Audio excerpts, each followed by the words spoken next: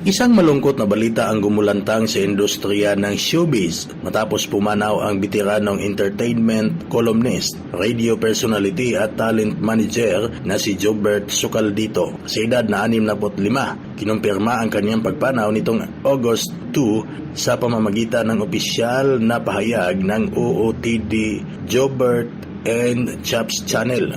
Ayon sa anunsyo, isinugod siya sa Philippine Heart Center matapos ang isang insidente sa kaniyang tahanan sa Quezon City. Sa kabila ng pagsisikap ng mga doktor na maisalba ang kaniyang buhay, idiniklara siyang pumanaw bandang alas 10:30 ng umaga. Sa kasalukuyan, hinihintay pa ang kanyang pamilya ang opisyal na resulta ng medical findings tungkol sa sanhi ng kanyang pagkamatay. Si Jobert Socaldito ay isa sa mga pinakakilalang pangalan sa entertainment journalism sa Pilipinas. Sa loob ng maraming dekada, naging showbiz columnist siya sa iba't ibang publication o publikasyon at naging radio commentator sa DZMM. Nakilala rin siya bilang talent manager at podcast host sa Walang Takot, na walang takot magbigay ng opinyon tungkol sa mga isyu sa mundo ng showbiz. Bukod sa kanyang pagsusulat at pagbabalita, lumabas din siya sa ilang pelikula at naging bahagi ng iba't ibang proyekto sa industriya ng aliwan.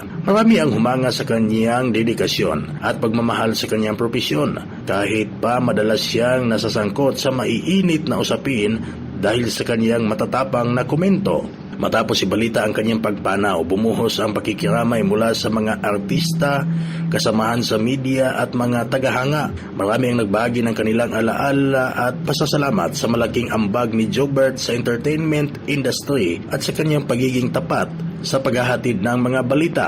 Sa ngayon, humihiling ang kanyang pamilya ng panalangin at respeto sa kanilang pribadong pagdadalamhati habang inaayos ang mga detalye ng kanyang burol at libing.